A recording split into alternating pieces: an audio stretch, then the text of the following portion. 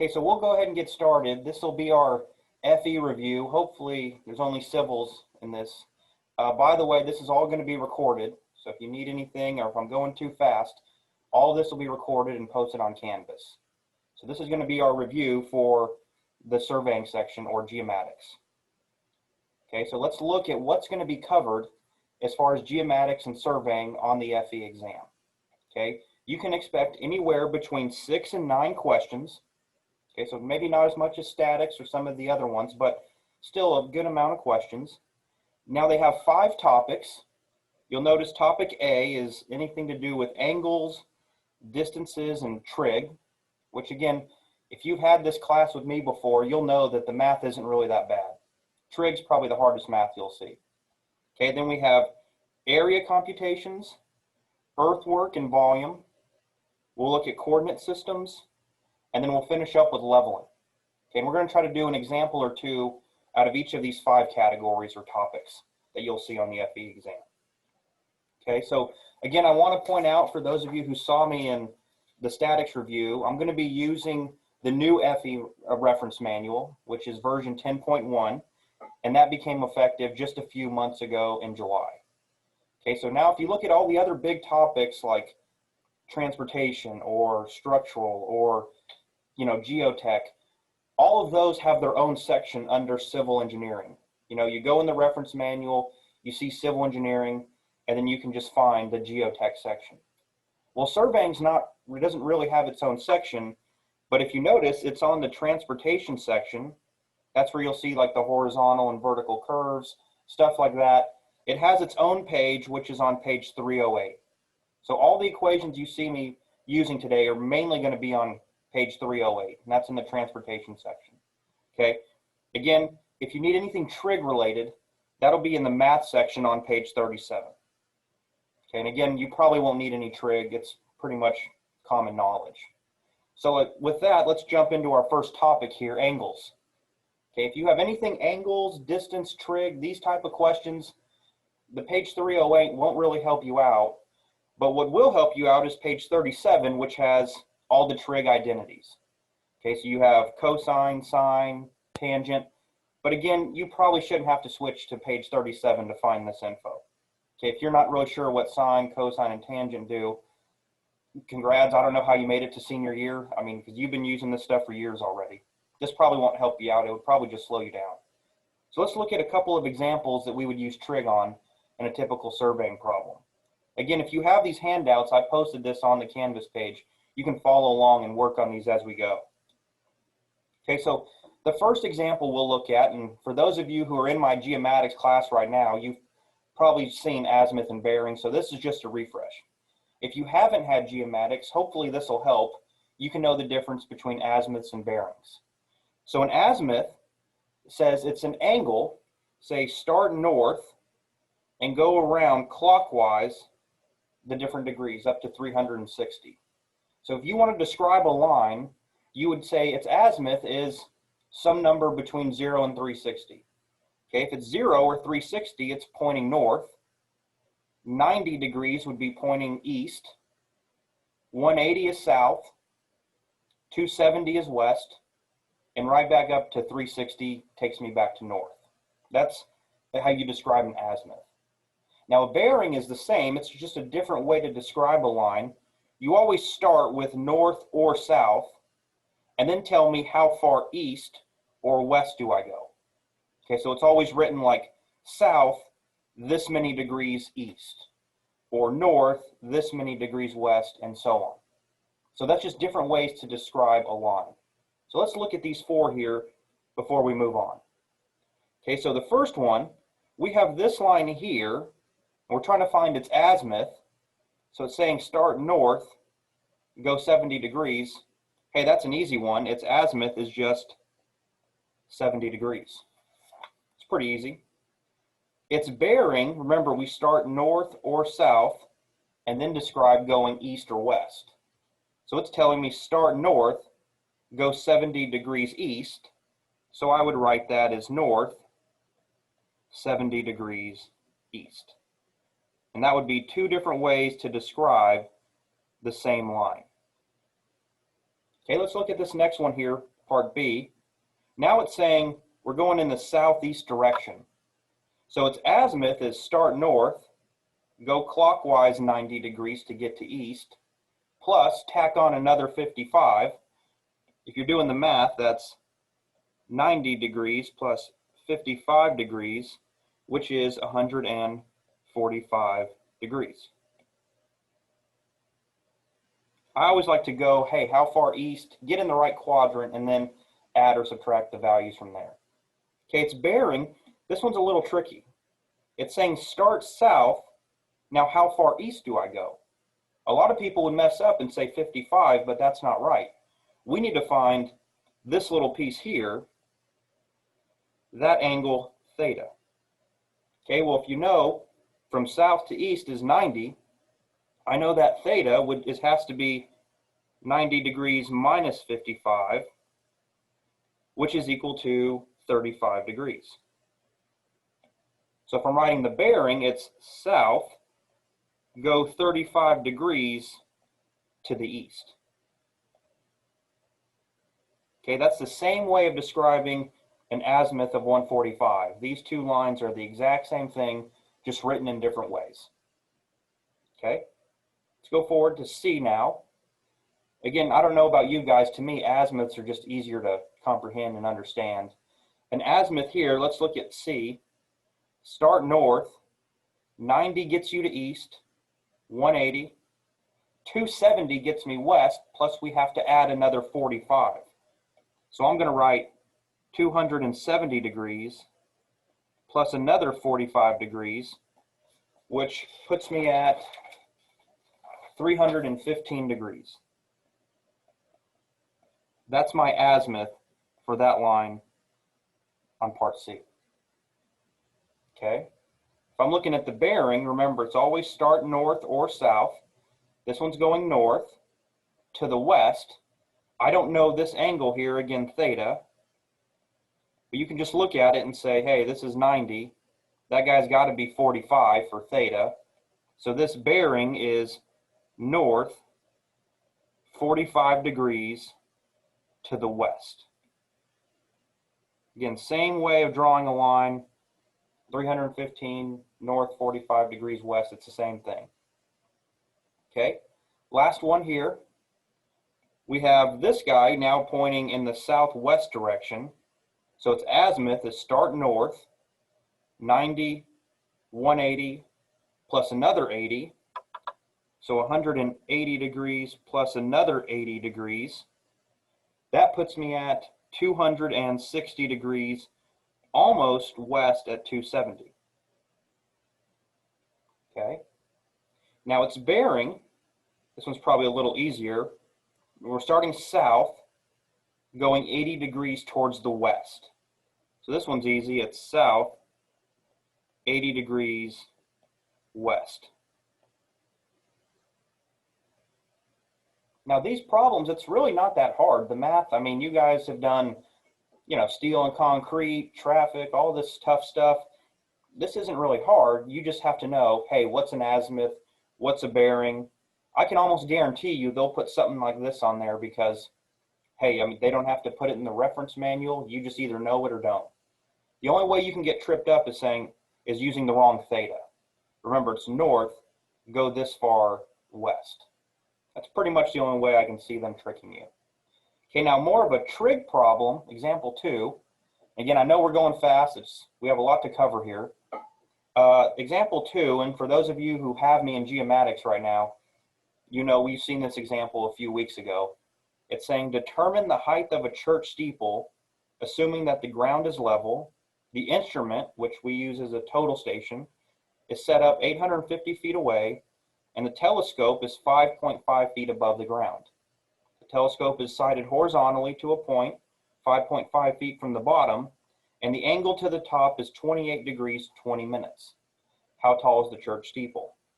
Okay, this is a quick problem. We can do this quickly.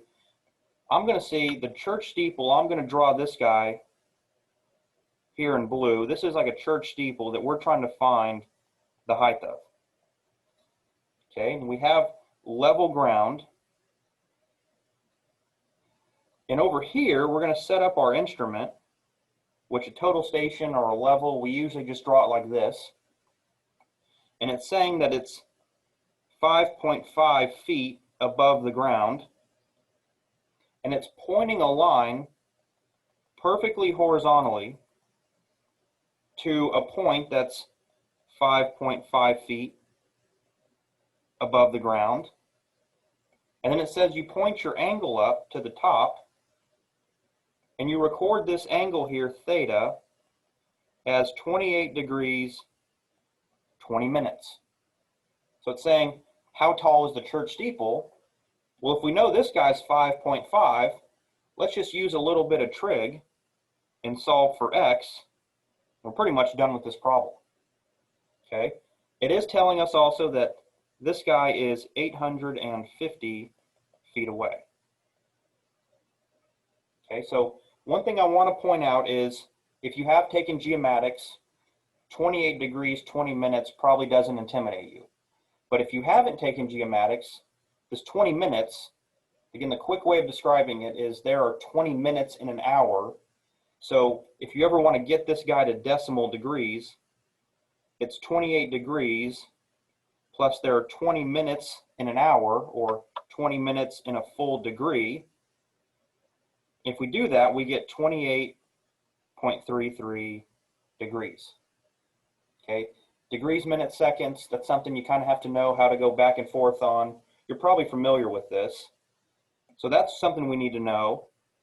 Now I'm trying to find x, okay? If I'm using just trig, I don't want to use anything with a hypotenuse because that's something else I need to calculate. I know tangent gives me opposite over adjacent. Good thing I know adjacent. So I'm going to say the tangent of theta is opposite over adjacent. Again, you can reference the FE packet if you need. And in this case, in our triangle, that would be x over 850 feet. Okay. Do a little bit of rearranging. We can say that x is 850 feet tangent the 28.33 degrees. Plug all that in your calculator and you get 458.30 feet. And I don't know about you guys, but that looks like a good answer choice up there. That looks like answer choice A. Okay, that's not the right answer though. We found what x is. That's 458.3. That's not the height of the whole church steeple. Okay, so it's x plus the 5.5. So if you add the 5.5, you get 463.30. Notice they tried to trick you on this problem by including that. If you would have just stopped and, hey, I see an answer that I like, or I have an answer that's on there, don't do it, finish the whole problem. This guy is not correct. Your answer here is choice D. Okay, notice if you would have chosen sine or cosine instead of tangent, you would have gotten these two guys here. Again, just different ways they try to trick you, so be careful. And again, the math's not hard. This is kind of trig. You've seen this for years already. Okay. One thing I want to point out is if you ever have this calculator, the TI-36X Pro, I recommend it. You can have a Casio or whatever you use. You can use this button here, math. So you can always type in your calculator, type in 28, hit math. You'll see like a bunch of menus pop up. The third one says DMS, which means degrees, minutes, seconds. You can just click on that and you'll see a degree symbol. It'll add that to your screen. Then type in 20 and then go back to math. Go to DMS for degrees, minutes, seconds. Find the minute symbol, the 1 tick.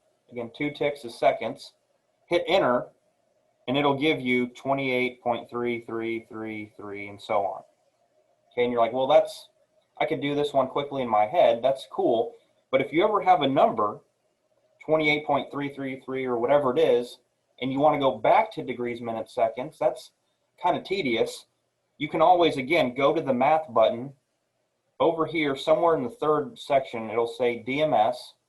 Scroll down to the very bottom, and there's an answer choice that says something like, it's like an arrow that says DMS. Just take your answer and then click on that, and it'll convert it. Any number, it'll convert it to degrees, minutes, seconds for you quickly. So that's good. That'll save you a lot of time on questions like this. Okay, so again, if you have your own calculator, you can ever stop by and ask me. This one, it's math, then degrees, minutes, seconds. Okay, so let's jump into our next topic, area computations. So the three different, they actually give you equations for this. On page 308, has area formulas. You have areas by coordinates, which is this, by the way, this is a nasty looking equation. If you learned it with another professor, that's great. I'll show you the easy way. Then they also have the trapezoidal rule and Simpson's 1/3 rule. Okay, one thing I want to point out, we'll do an example of each. Simpson's 1/3 rule, just remember, it has to be an odd number of measurements. And we'll see that in our example coming up. Okay, so they could give you something like this and say, here's, hey, 5 points, A, B, C, D, and E. Find the area in acres. And again, for those of you who've had me in class, you've seen this before. Try to find the area in acres for these 5 coordinate points, okay? What I always like to do, if you have time, you probably won't on the FE, but if you have time, try to draw these out. So point A is go over 200, up 400. B is over 600, down 200. Try to draw all the points, you know, with your X and Y axis to see where they are.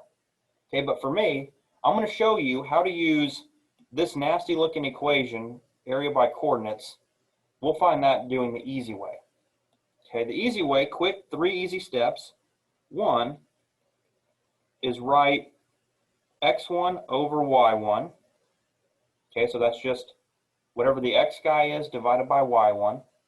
Okay, if they give you northing and easting, easting is your x, northing is your y. Okay, just a different way of describing it. Then keep writing the rest down. x2 over y2, x3 over y3, and keep going. And then the key here is finish up with x1 over y1 again. Okay, always write that first point. You start it off, you got to finish it off with that same point. Okay, step 2 is draw dashed lines going in that direction. I'm sorry, solid lines in that direction. Dashed lines going up like this to connect the points. And then lastly, step 3 is 2 times the area is equal to sum of all the solid lines minus the sum of all the dashed. Okay, that's it. By doing this, you've literally done this area by coordinates equation right there just by following these steps. Okay, one thing I have to mention is you have to tack on the absolute value to make sure it's positive. Okay, that's to get it positive.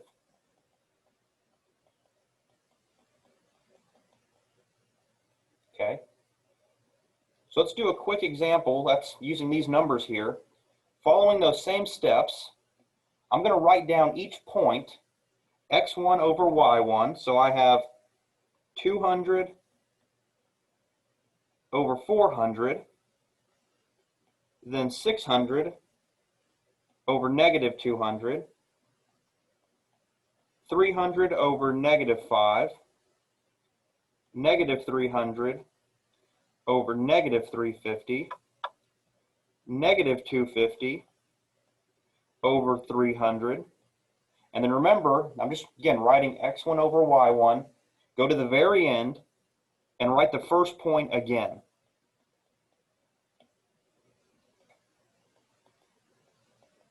Write that guy again. It's like you have to go all the way around and close the loop. Okay? Easy. Solid lines going down like this. Dashed lines going up. And there you have it. You set up the equation. So here, if I want to plug this in, my equation is 2 times the area is equal to, now I'm just going to look at all of the solid lines, what connects. So my first one is 200 times negative 200 plus 600 times negative 500 plus 300 times negative 350 plus negative 300 times 300. Okay, just keep going. Plus my last one, negative 250 times 400. That's the summation of all of the solid lines. Now my equation says subtract out. Now let's connect all the dashed lines going up. So I have 400 times the 600. I'll go quickly here to save time. 200 times 300 plus negative 500 times negative 300 plus negative 350 times negative 250 plus the last one, 300 times 200. That's my equation. Okay, and without realizing it, you've set up this guy here. Okay, so we're at this point. Let's jump forward now.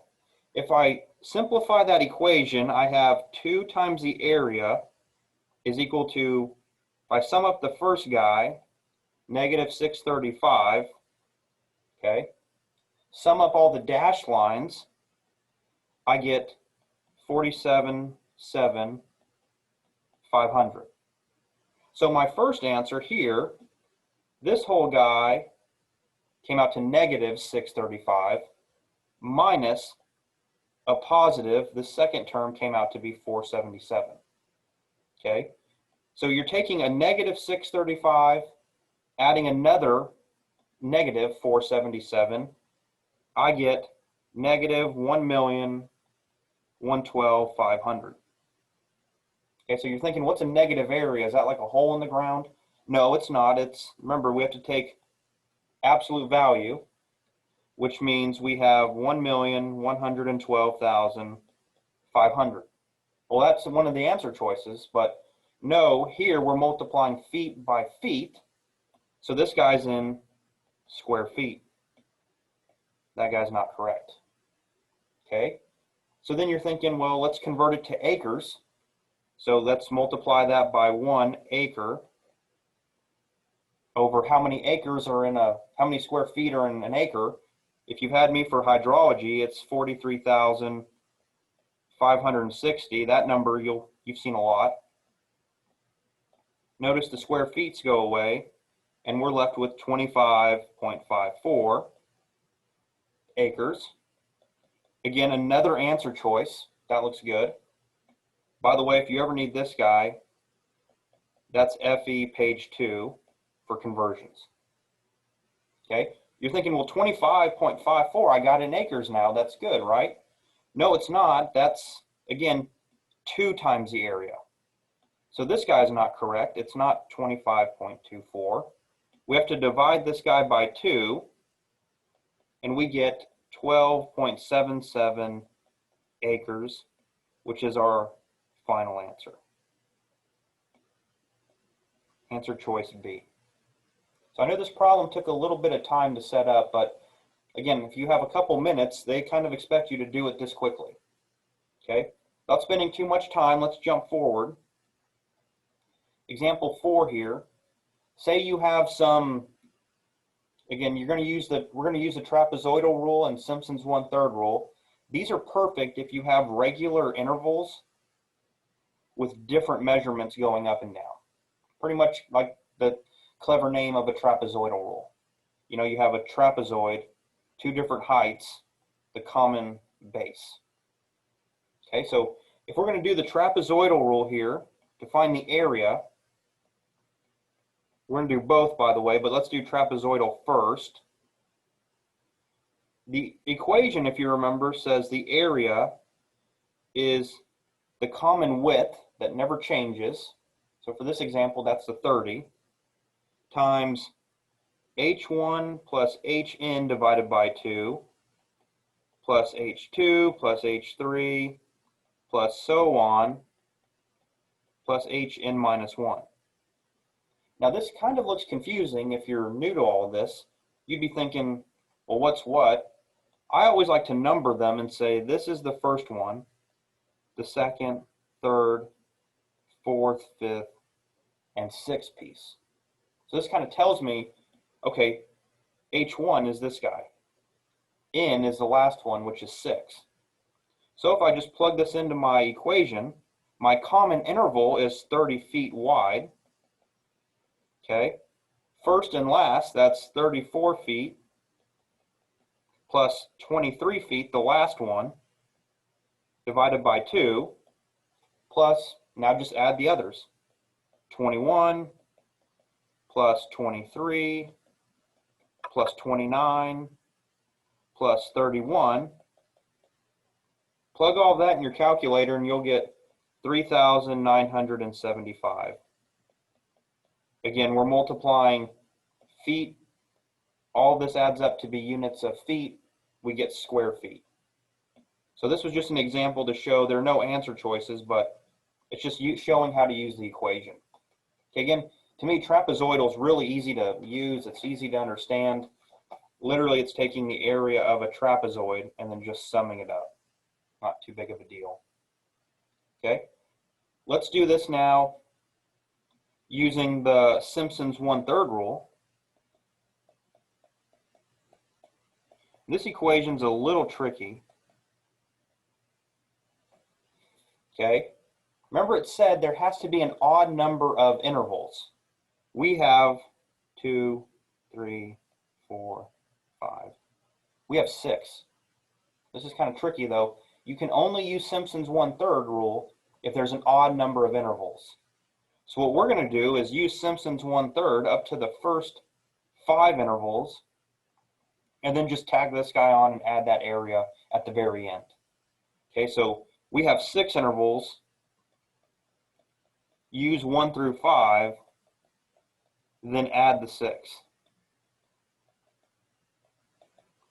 separately, if that makes sense. Okay, it's just one of the limitations of the Simpson's 1/3 rule. So if I'm writing down the equation, it says the area is W over 3, and this one's kind of messy. We have H1 plus Hn plus 2 times, it's saying H3 plus H5 plus H7 and so on, plus 4, H2 plus H4 plus H6. You're thinking, well, this is a nasty looking equation. I mean, the trapezoidal rule seems a lot easier. This one, if you think about it, it's not too bad. You have the first and last guys. These, if you notice the pattern, it's all the odd numbered intervals, and these guys are all the evens. Don't ask me why it works. Some guy named Simpson a long time ago came up with this. It's actually pretty accurate. So if we're plugging in our numbers, our W, remember that constant width is 30 feet divided by 3. That's what it's telling us. Okay. My first guy and my last guy, remember we're ending at 5, from 1 to 5, because it has to be odd. My first one and last one is 34 plus 31.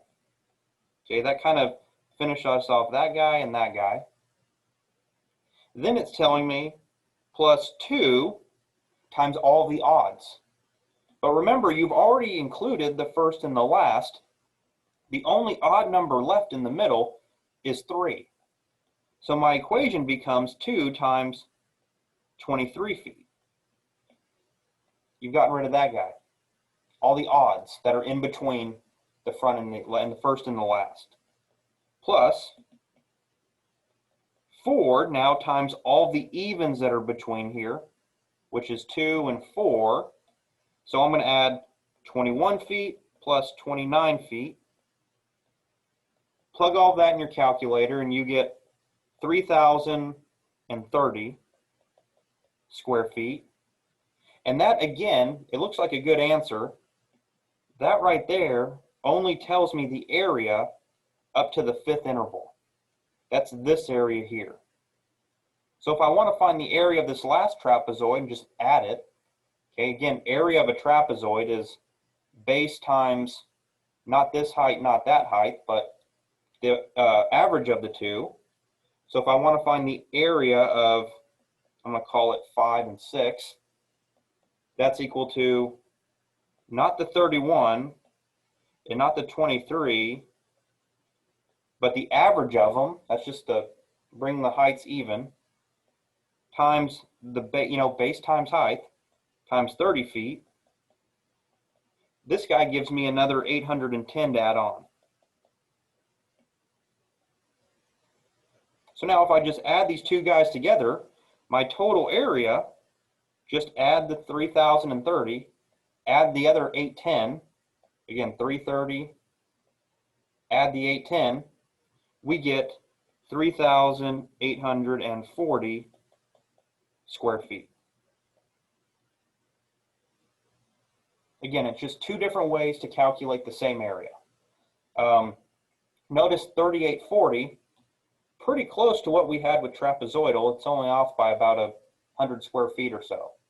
Again, I think trapezoidal is really easy to understand and look at and solve, but I do think that Simpson's is a little more accurate. Again, if this is more circular and not straight lines, I think Simpson's is a little more accurate. Okay, those are good area type problems you might see. So again, running out of time, let's jump forward now. The other kind of concept you might see is earthwork and volume. Okay, so they could give you the average area in formula. Okay, it's the exact same thing as trapezoidal, but now we've turned it into volume instead of area. That's it. Prismoidal is the same thing, but it's based off of Simpson's 1/3 rule. Notice it's like 1, 4, and 1 divided by 6, 4, 1. It's kind of the same thing, just now taking Simpson's 1/3 rule and making it more like a volume. Okay, and it's just saying find the area between them and then multiply by the distance. Okay, just to get it in cubic feet or cubic yards. Okay, so let's look at an example here.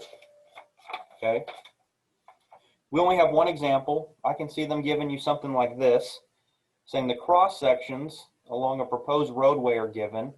Here's the key: assuming 10% shrinkage, find the total volume of fill, keyword here in cubic yards, between stations 46 and 48. Okay, you can use either method, but they're asking us to use the average end area method. So if the average area end method, if you look back, it's the volume is equal to the distance between them times A1 plus A2 divided by 2. And you're thinking, that's such a clever name, the average end area, right? Area 1 and area 2, you have two different areas. Take the average between them and multiply it by the length and you're done. So what I'm going to do is I'm going to try to find the total volume, which I'm going to try to find the volume between 46 and 47, and then add that to the volume between 47 and 48. So if I'm writing that, it's the volume from 46 to station 47 plus the volume from 47 to 48. Again, if you've had me in class, you've probably seen the same example before. This looks like a good FE type question. Okay, so we know the area at this cross section. Let's just plug it in and see what we get. Okay, so again, to find the total volume, it's 46 to 47 plus the volume from 47 to 48. Let's see here. To 48. Okay, so if I'm plugging everything into my equation, the area at station 46 is 745 square feet plus 1683. Again, I'm not going to use one or the other. I'm going to take an average of the two. Okay, that's just finding the average area between these two stations. That's easy to understand. But I have to know, well, what's my distance between them? Well, you kind of have to know a little bit about stationing. Each station is 100 feet apart. So station 1 to station 2 is 100 feet apart. So between 46 and 47, that's 100 feet away. That's my distance between the two. Okay, so that gives me my volume between stations 46 and 47. Let's then find the volume between 47 and 48. Same formula. I'm going to use 1683 now, plus the 862. Again, not one or the other, but a combination of both. Now I just need the distance between them. Again, it's a full station. 4700 to 4800 is 100 feet away. Plug all this in your calculator, and you get 248,650. That looks like a good answer choice to me, but remember, this is in feet squared times feet, which gives me cubic feet. That guy's not an answer choice. Okay, I want to divide this to get it into cubic yards. Okay, so there's 1 cubic yard for every, now if you don't know this, again, FE manual, page 2 in the front, there's 27 cubic feet in 1 cubic yard. Okay, and there's 3 feet in a yard by 3 feet by 3 feet. 3 times 3 times 3 is 27. Get rid of the feets, and we're left with cubic yards, and I have 9,209 cubic yards. You're thinking, well, sweet, that's my final answer. The only problem is there is shrinkage. So when you put soil or earth work, into the ground, you're gonna compact it, and plus it's gonna shrink down a little bit. So we need a little more than this. So this is technically what you need, but you need to have a little bit more, because when you put it into the ground, it's gonna shrink a little bit. So this is technically the right answer, but we need more because it's gonna shrink down. So I need to take this guy, and I'm going to write it off to the side here. 9,209. Wait, let me go back. I need to find x over this. What number bigger than 9,209 do I need? Is equal to 1 over 1 minus the shrinkage, right? Because it said it's going to shrink by 10%. So this guy comes out to be 0.90.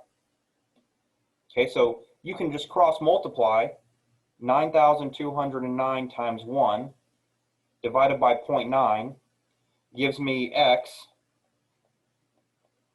I get that x is equal to 10,233 cubic yards. So that's what I need here. I would choose answer choice C. Again, you need 9,209. Buy a little bit more because that soil is going to shrink. Now, once you hit the 9,209, you could easily see that, okay, well, it's not going to expand. You could have easily chosen answer choice C without having to do the calculation. Okay, that's a typical volume problem that I can see them giving you. Okay, almost done here. We have 2 last subjects. Coordinate systems. So here, I don't expect them to give you a lot of help in the FE packet or manual. They do tell you about latitudes and departures. This is on page 308. So if you're not familiar with this, a latitude is a line going north and south, positive being north, negative being south. Positive departure and negative departure is going east and west. So again, positive is east, negative is west. Okay, that's pretty much all they give you. They don't give you a lot of help here. That's what they say. So a typical problem I can see them giving you is, hey, if you have a line, it's about 63 feet, and it has a bearing against something we've already seen before, what is the latitude and departure of that line? It's like if you think back to statics, how do I break this guy into its x and y components? That's literally what we're doing here. So again, I always like to draw it.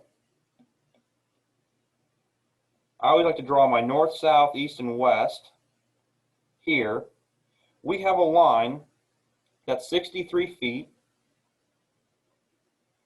63.642, and it's telling us start north, go 29 degrees 53 minutes east.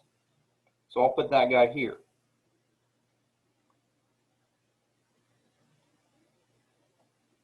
Okay, again, remember bearings are start north, go east. I'm not going to convert. I'm going to keep it at 29 degrees 53 minutes for now. Okay, so we have this. Now what I want to try to find is its latitude going north and south and its departure going east and west. Let's call that guy latitude. Okay, so if I want to find, and again, let's just think about this, that 63 feet, I want to find how much of that is going north and south. Simple trig tells me, hey, let's do cosine of that. So if you think about it, latitude is the total length times cosine of whatever the azimuth is. It just so happens that our azimuth is the same as the bearing in this example. So if I plug this in, it's 63.642 feet times cosine of 29 degrees 53 minutes. Plug all that in and I get 55.18. Again, this is in feet. I now know how much of that 63 is going north and south. Okay, I got a positive answer, so that means it's going positively to the north. Okay, that's a cool thing with azimuths. Plug in cosine and sine. If it's negative, it's south. If it's negative departure, it's west. Okay, you might think that, okay, let's do departure now. Okay, it's the same thing. I now want this guy going east and west. Hey, that to me looks like sine. So it's the total length times sine of, again, whatever the azimuth is.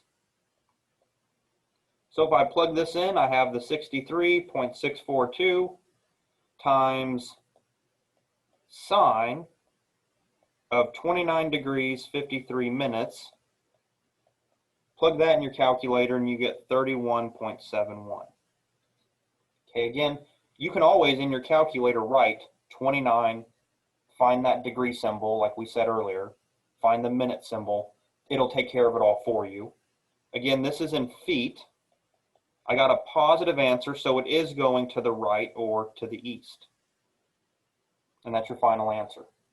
One thing you'll notice is Pythagorean's theorem on these two guys should give you the 63.642. It's just saying break a line into its x and y or north and east directions. Okay, this looks like a good problem I can see them giving you on the FE because it's quick, it's easy, that's all you have to do and understand it. Okay, last thing here, they could give you a closed traverse. And this example we've done in class for those of you who have had me.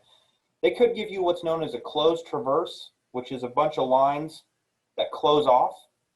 But sometimes there's error. So sometimes they'll give you some distances, some sides. This to me looks like a triangle. And they're saying, hey, find the error. How much did we miss it by? So if I want to draw this, one thing I always like to do is draw these guys. Okay, it's telling me side AB has a length of 502. Out of that 502, it's saying go 415 north, 283 east. So if I want to draw that, it might look something kind of like this, where this is point A, that's point B.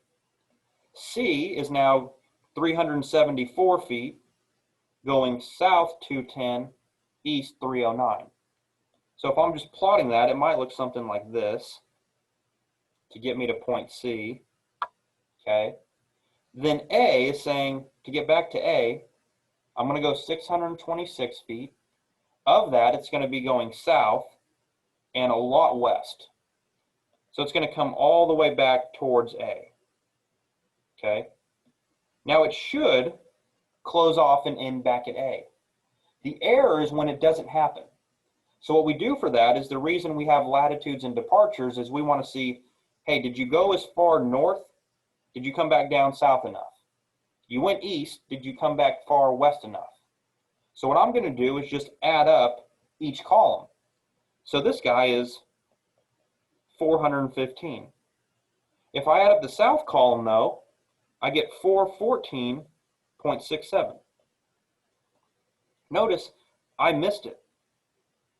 I was plus 0.33 feet too far north. I didn't come back down far south enough. Okay, same thing. I went, if I add up the east column, 592.12, but coming back west, I only came back that far west. My error is 0.31 feet to the east. I went too far east, didn't come back far west enough. So this is a typical problem I can see them giving you where they set up the table.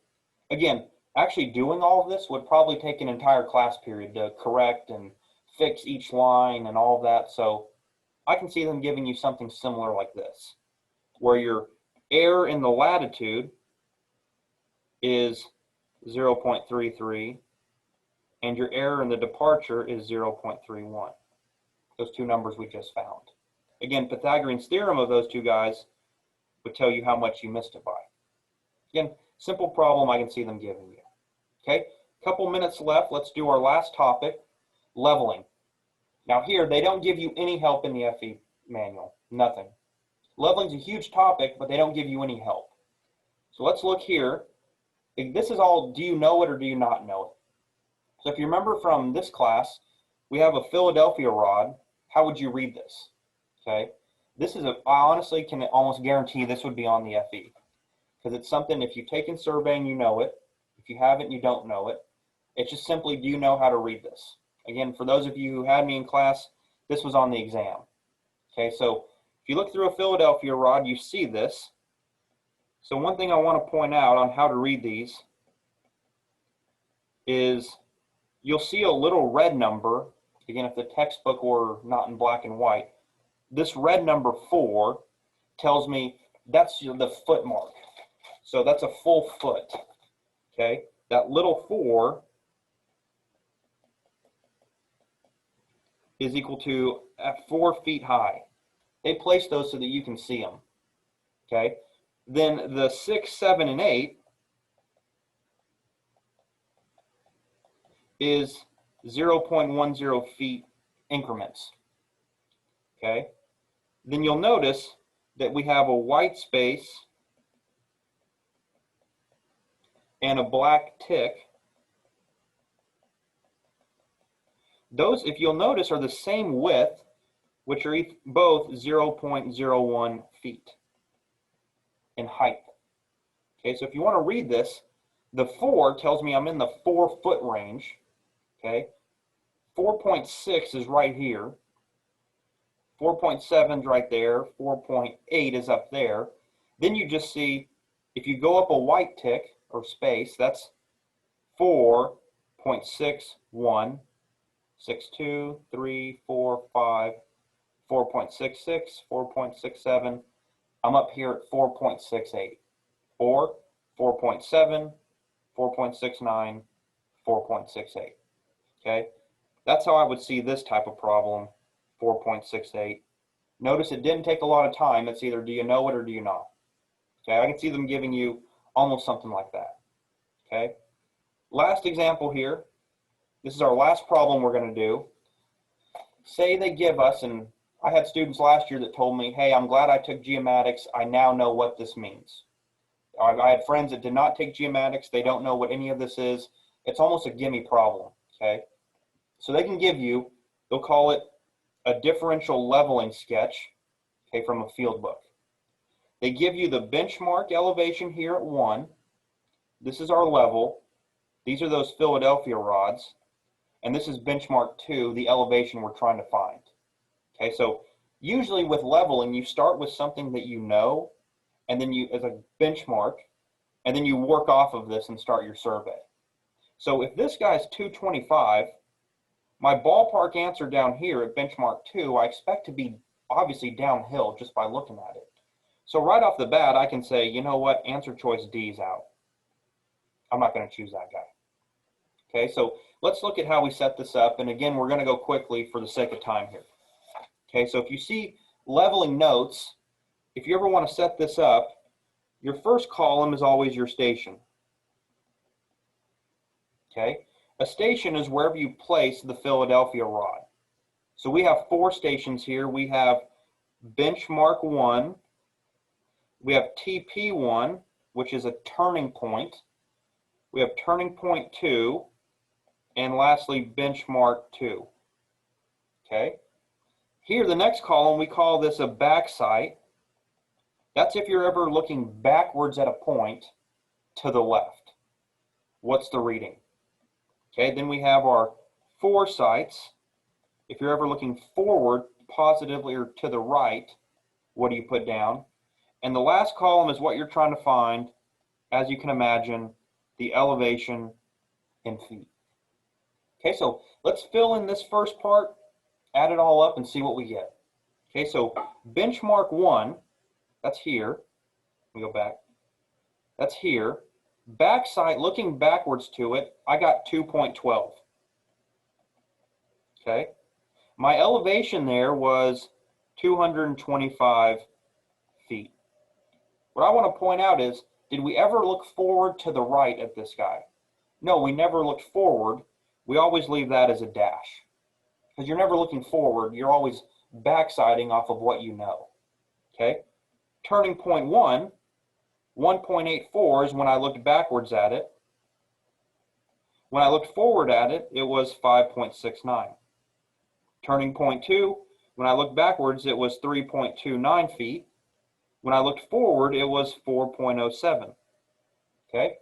When I looked forward at benchmark 2, I had 5.77. Notice I never looked backwards at benchmark 2.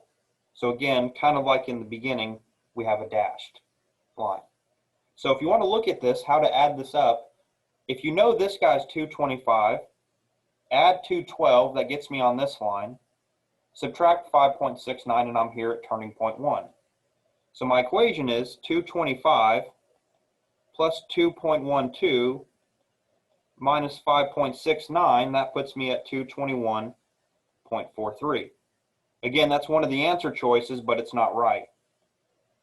Okay, go to the next elevation, 221, go up, over and down, which is 221.43 plus 1.84 minus 4.07, which is 219.20. Again, another answer choice, but not what we want. We want benchmark 2. Benchmark 2 is, you know this guy's 219, add the 3, subtract the 5, that puts you down here. So I have 219.2 plus 3.29 minus 5.77, which puts me at 216.72, which is my final answer. So again, that's kind of like a crash course on leveling. You can always check this and make sure that all the summations work up. We don't have time for that. That's the end of this. If you have any questions on leveling at all, please don't hesitate to reach out to me. I'll try to help you out as best I can. I think if this was a review for you, I think you're in great shape. If any of this was new to you, hopefully it helped. Again, that's it for today. And again, let me know if you all have any questions. Thanks.